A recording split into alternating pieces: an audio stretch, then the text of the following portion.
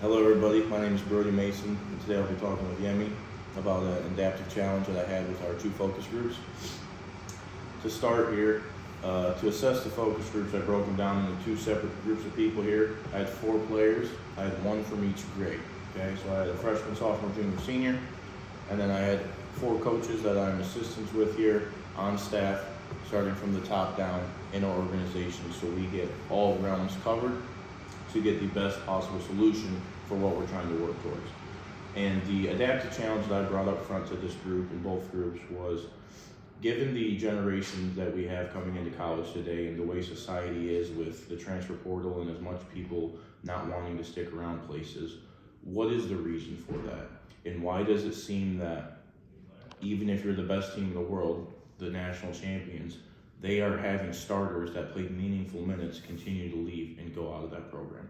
And then there's the worst programs that don't win any games any year, and they still have guys that will stick and buy into the process that they have there. So across all realms, D1 through D3, NAI, D2, everything, why are kids not sticking things out, and what is the challenge that they're faced internally every single day with addressing why they want to leave, and what is the root cause in that? And I think that this is an adaptive challenge compared to a technical challenge because there is not one answer for every kid, right? Every person's path is different.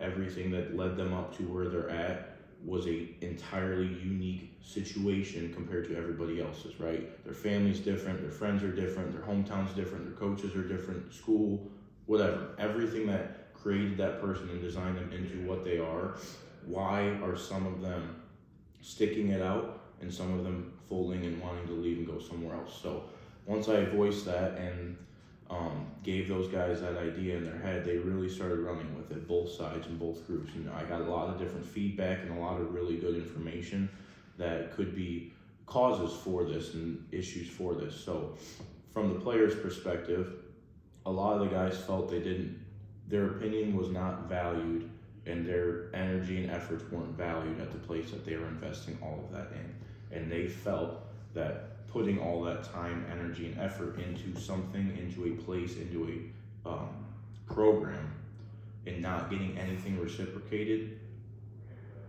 really hurts their mental well-being, and it wears them down, and it makes them not successful in who they are and who they want to be as a player and as a person.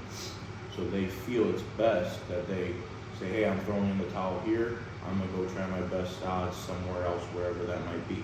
And that's the biggest risk that they talked about as well with this, because if these kids are committing to a place and dedicating the next 2 to 4 years of their career at this one place, there's got to be a high level of commitment internally before they say that they want to do that. So to overcome that and say, this isn't the place for me when I once thought it was, to become the person that wants to overcome that and say, I gotta admit I was wrong. I gotta admit this isn't the place for me. And then test the water somewhere else, knowing there's a chance it could be way worse. You know what I mean? It could be way worse out there. The grass is not always greener on the other side, as they say. It's green where you water it. And that's the contrary to this argument, is getting kids to continue to buy in could create a football program that is dominant because nobody wants to leave because they always want to be in that culture. And that's why this is such an interesting thing to go back and forth with, because there's truly clear evidence and clear causes and solutions to both sides, why kids want to leave and why kids should stay, right?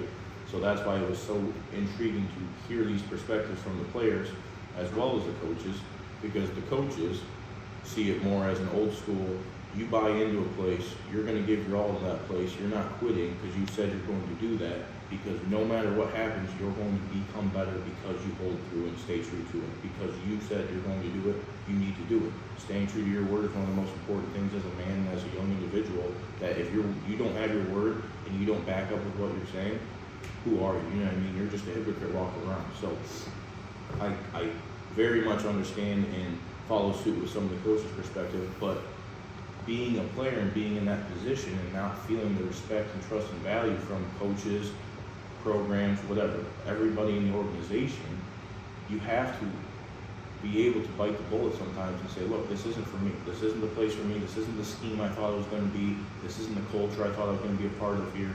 I have to test the waters and go somewhere else to see where I can do out there. And when the guys say that, and the amount of risk that they take, because there's over 50% of the kids that go in the portal and never find anything on the other side, right? They go in there saying, okay, I know what I'm capable of, I know what I can do, maybe I have a good amount of film, maybe I don't have much film to back that, but I gotta be able to sell myself to these schools. And if I don't do a good enough job at that, I'm gonna get right into the workforce because there's nothing else out there for me.